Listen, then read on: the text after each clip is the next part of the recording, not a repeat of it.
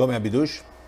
É impressionante como a gente inverte as coisas aqui. Primeiro eu queria dizer, doutora Gabriela Hart, que nós temos muito orgulho da senhora. A senhora representa o povo brasileiro, sim. Está fazendo um trabalho maravilhoso na Operação Lava Jato. Em todos os casos tem participado. Marcelo Bretas, a mesma coisa. Um grande orgulho do povo brasileiro em relação ao senhor. Ministro Sérgio Moro também. Um grande orgulho por tudo que o senhor fez e por toda essa turma maravilhosa que acabou ficando, que são as pessoas que estão cuidando do nosso país. Eu não estou aqui discutindo, tecnicamente, uma decisão tomada por ela, que foi uma decisão técnica, seguindo a lei, seguindo a Constituição. Eu estou discutindo aqui a inversão de valores das leis do nosso Brasil. Vocês se sentem seguros com as leis?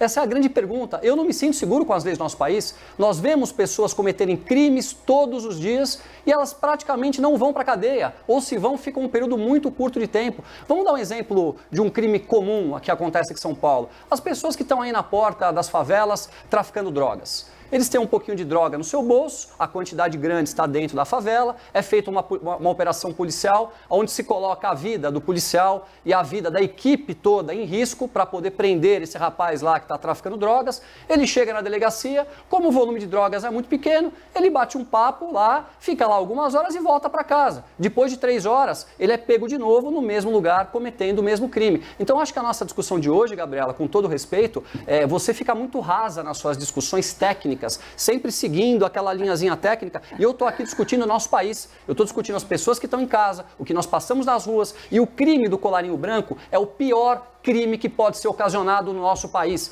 porque parece que ele simplesmente pegou um pouquinho de dinheiro, mas esse dinheiro deixou de ir para a saúde, que nós estamos precisando agora, e milhares de vidas serão perdidas, esse dinheiro deixou de ir para a educação, que é o que vai fazer esse país aqui ser um país digno no futuro, educar as nossas crianças de verdade, esse país deixou de ir para as nossas estradas, onde os nossos caminhoneiros hoje estão aí se desdobrando para conseguir abastecer as nossas cidades. Então a discussão ela é muito mais profunda do que simplesmente a técnica, e de forma nenhuma eu quis desmerecer a doutora Gabriela, o doutor Marcelo, muito pelo contrário, eu quero deixar claro aqui a minha opinião e eu acho que é da grande maioria dos brasileiros que nós temos muito orgulho de vocês.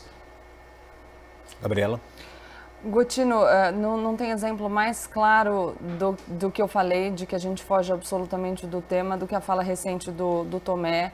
Tomé, de verdade, acho, enfim, curiosa a sua alegação de que a minha discussão é rasa quando a gente está aqui discutindo uma decisão judicial e você acabou de assumir a sua absoluta incapacidade de discutir em termos técnicos a decisão judicial e o que a gente vê aqui, na verdade, é que você reitera os seus mesmos argumentos toda vez, jogando para a torcida e fazendo, enfim, essa movimentação que eu já falei que mais parece de palanque.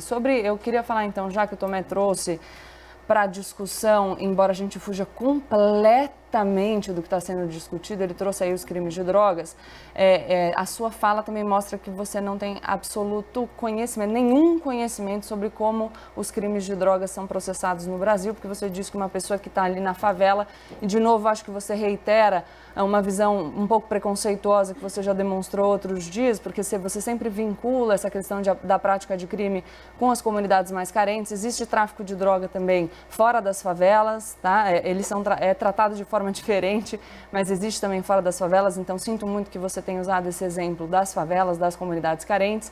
A gente tem hoje no Brasil um pouco mais de 30% da nossa população carcerária de pessoas presas por crimes relacionados a drogas.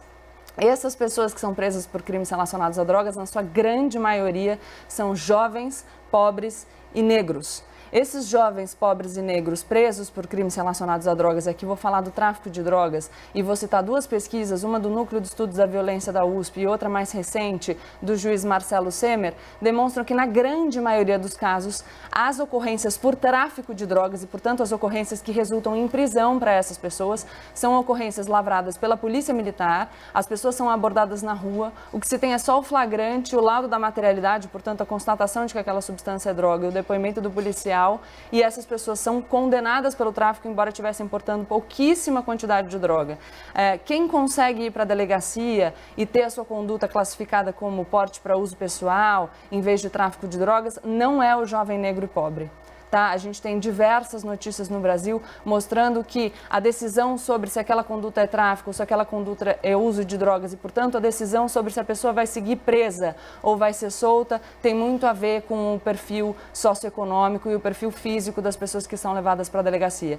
Então, de novo, eu vou reiterar que o nosso tema não é esse, a gente pode discutir, mas eu fico numa posição muito delicada porque eu estou discutindo uma questão seríssima do Brasil, que deve ser discutida com profundidade e alicerçada em dados, com uma pessoa que já mostrou que não tem nenhum conhecimento sobre a realidade que descreve. Essa realidade sobre a qual você fala, sem conhecimento de causa, de orelhada, por achismo e com preconceito, é uma realidade que deve ser analisada com seriedade porque tem impacto na vida de muitos brasileiros que merecem a nossa consideração. Não é porque as pessoas são mais pobres, não é porque as pessoas são mais simples, que elas não devem ser tratadas com respeito e com solidariedade. Então, eu sinto muito que a gente tenha essa responsabilidade de trazer esse tema para o debate, sem que tenha sido esse o tema proposto e sem que as pessoas tenham se preparado para discutir, alicerçadas em dados, a realidade que a gente vive no Brasil. Então, de verdade, sinto muito que a gente tenha chegado nesse ponto. Espero que a gente consiga fazer um debate um pouco mais Então, deixa eu elevado. retomar aqui.